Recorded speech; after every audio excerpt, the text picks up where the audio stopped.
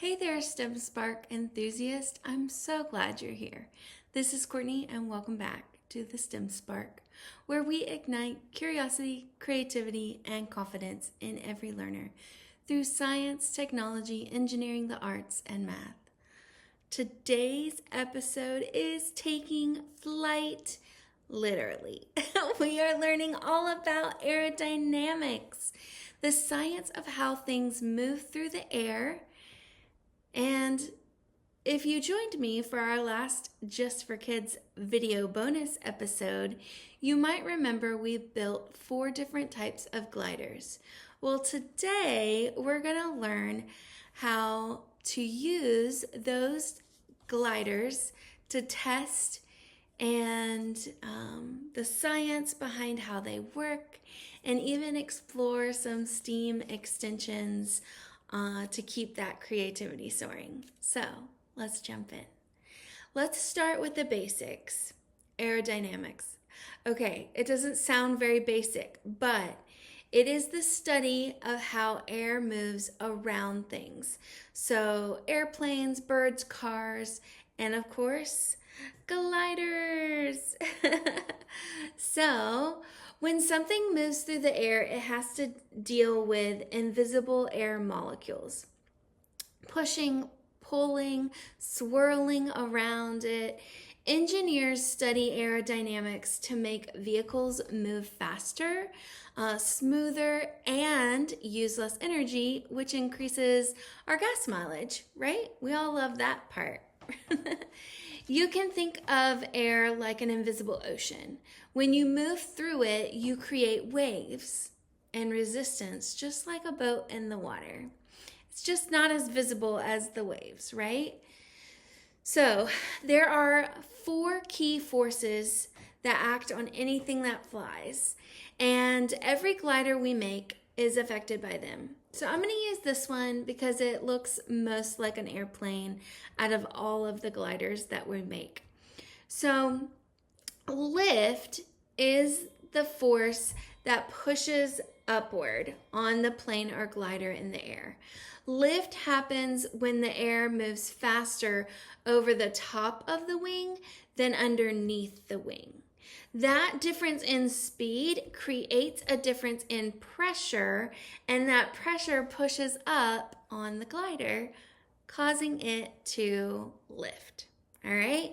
Now, the second force, so we just talked about what pushes up. We're going to talk about what pushes down, and that is weight or gravity. So this one is easy. Gravity pulls everything towards the earth. For a glider, gravity helps move forward and down when it's released. Okay, so gravity is going to help it stop, slow down, etc. All right, the next force is what helps it go forward, and that force is thrust. Thrust is the push that moves an object forward. Planes have engines to create thrust. For our gliders, we provide the thrust with our arms when we launch them. One of the gliders is rubber band propelled, so that would be the thrust for that. And then drag is the opposite of thrust. It is the resistance or the friction from the air pushing back against the glider. The smoother and more aerodynamic the glider is, the less drag it will have. There's lots of fun things to do with that. So these 4 forces are always in a tug of war. The balance between them determines how long and how far your glider can fly. In our last episode, the Just for Kids gliders episode, we built 4 different types of gliders. We built the Q-tip plane. It's simple, easy to make. We built the straw and loop glider made with just paper loops and straws. This one is a little bit more challenging to make, but not terrible. We made the cup glider. So it's almost like a flying cylinder, using the thrust of the rubber bands. And then we made the loop glider, which is a simple design that glides in a more slow, steady fashion. All right, so each of these has a different shape, and those shapes definitely will affect the aerodynamics of our glider. So, the experiment that I did in my room is the Great Glider Test. So, I did groups of 3, and each person at the group got to pick what glider they wanted to make. They just couldn't pick the same one as another person. And so I wanted them to have 3 different gliders that they tested out of the 4 options. So hopefully they got one that they wanted to make. Okay, so each student made a glider, and then we tested how it flew and the aerodynamics of the flight. So you're gonna need your 4 gliders, or you could do 3, just depending on your groups or how you want to divide it up. Measuring tape and a ruler, or I would say like a long measure tape is probably the best option. One that you can just pull it out 15 feet or so and lock it in. Masking tape is going to be really handy, or a book or a piece of paper or something to mark your starting line so that you throw from the same place every time. And then a notebook or some kind of data collection sheet and a pencil. Okay, so you're gonna mark your starting line with the tape. You're gonna launch each glider the same way every time and the same direction. So I gave my students time to practice throwing so that they would know, okay, it helps to hold it back here, or it helps to hold it like this, or on my straw glider, I want to hold it in the front, or I want to throw big loop or small loop in front. So they got a little time to test and do some preliminary exploration before they did their recorded tests. And so I think that gave them a little bit of confidence in how to do it the best way to get the best results. And it helped them think about, okay, when I test, I really need to do it the same way every time. And so I need to have a standard of what that looks like. And so that was really helpful to kind of get them thinking like a scientist or an engineer would. All right, so we're gonna measure each test, how far it flies, and we're gonna record the distance for each test for each glider. So what I had them do is I had 3 test boxes on the paper, and for each glider they threw it 3 times. And we talked about why that was important, about how, well, if you only do it once or twice, is it consistent? 3 times we start to see a little bit of consistency, or maybe we had an outlier kind of deal. And then my students recorded the distance of the flight and the time it took from let go to land. And so they could calculate speed from that. It also gave them an opportunity to see if further meant a shorter amount of time or a longer amount of time, and was that consistent. So they did record their results so that we could kind of compare and talk about it. And so that was super fun. I think it is important to record the results in the sense of, 1, it is what scientists would do. 2, it's factoring in those math skills and really kind of getting them in that groove of testing and what that feels like.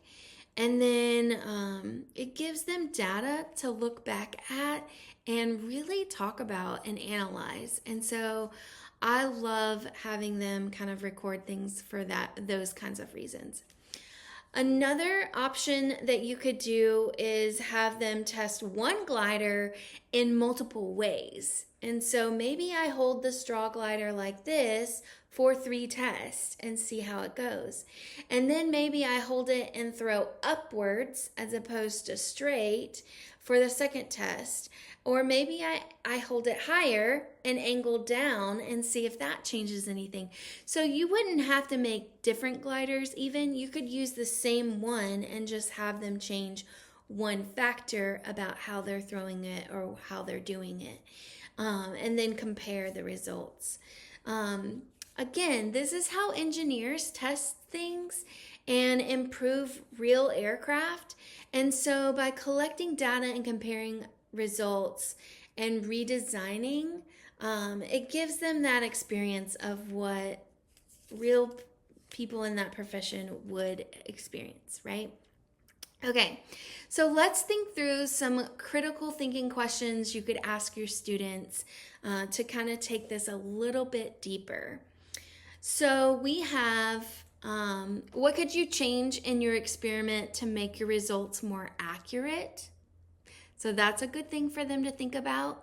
You could even talk about that prior to them testing out their different gliders and talk about, okay, we hold it the same way, we throw it at the same rate as best we can, kind of thing. Talking about those kind of things. Why is it important to launch each glider the same way during testing? That could come before testing, during testing, or after. What patterns do you notice when you compare your data? So that could be their own data that they are collecting with different gliders, or their own data based on how they threw it with the same glider. Or they could cross compare with another group and say, okay, well, where did you hold your straw glider? How far did it go? Did we get different results? That kind of thing. So there's lots of ways to do that. If one glider flew farther but less straight, how would you decide which design was better? I love questions like this because there's no one right answer. And so everybody gets the freedom to decide what they think, and then we can kind of debate back and forth or what have you, in a friendly kind of way, of course. Another question would be, what new design could you create based on what you learned from your test results? I love when I have the opportunity to give kids a chance to, okay, what did you like about this design? What did you not like about this design? And what would you change to try it again? And so giving them those kinds of moments really gets them thinking critically and helps them to kind of get in that engineer, scientist kind of mindset, right? So I love that. What design features help the glider fly the farthest? And why do you think that is? So one of my students said that because of the holes in the straw, on the straw glider, it flew farther because there was less drag because the air could go through it. And I thought that was a really great observation. That was such a wonderful way to think about this. And they're relating what I taught them about the 4 forces, and they're thinking critically about, okay, how is that affecting my glider, right? And so thinking about that is awesome. And then the final question, what could you do to each design to make it fly farther or faster? And so again, thinking about, okay, how could I redesign this to make it go faster or make it go further? And have them kind of think through that and test out different ways to see which one is the most accurate. So again, super fun, super great ways to kind of extend that thinking and get them testing and trying other things. Okay, so what are some STEAM extensions? Let's look at a way for each concept in STEAM to apply to this activity. So science, you could incorporate research on birds and how birds use wing shape and span to control lift and drag. Maybe even try designing a bird-shaped glider. How fun would that be? What materials would they want to use, etc.? Would they want to put feathers on the wings to see how that changes things? How fun. Technology. So we could use slow motion video to record your glider and analyze its flight path, even like frame by frame. So things like that could be super fun. For engineering, we could modify just the wings of the glider, make them longer, shorter, curved, and then test again. What would happen if I used 2 Q-tips or bigger wings? What if they weren't as bigger width-wise, but just lengthwise? What if I kind of curved my wings? What would happen then? So there's so many questions I could ask and try to see the difference, right? All right, for art, we can decorate our gliders. We could use patterns inspired by real aircraft or just nature or anything like that. That would be so fun.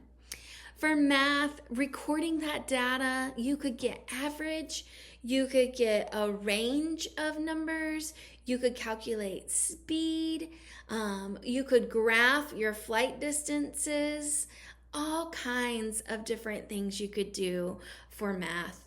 There's such a great math tie-in on this project. Okay, an extension challenge would be to create your own flight logbook where you record each test, sketch a new design, note what changes helped improve or what didn't help it, anything that maybe increased weight and gravity pull or drag on your glider, because this is what engineers do. And so I think anytime we can make it as realistic and as real life as possible, it is super fun because kids get that experience. And if it's something that they truly love, they now can relate that to, oh, I could do this for a career and get paid money to do it. How fun is that? Okay, so our big takeaway for this episode is every flight, from a tiny paper glider to a jumbo jet, depends on the balance of lift, weight, gravity, thrust, and drag. Understanding aerodynamics helps us design things that move more efficiently, safely, and creatively through the air. Now it's your turn. Gather your gliders, test them, record your data, then share what you've discovered. What gliders will you use in your classroom or with your kids? Tell me in the comments below. I love hearing about your experiments. And remember, STEM is all about curiosity. So keep asking questions, testing ideas, and exploring the world around you. Thanks for tuning in. Don't forget to follow the show, leave a review if you're loving it, like this video, subscribe to the channel, and share it with a fellow educator, parent, or STEM enthusiast. I'll be back next week to keep your STEM ideas flying high. This is Courtney with the STEM Spark, where curiosity sparks creativity. Bye.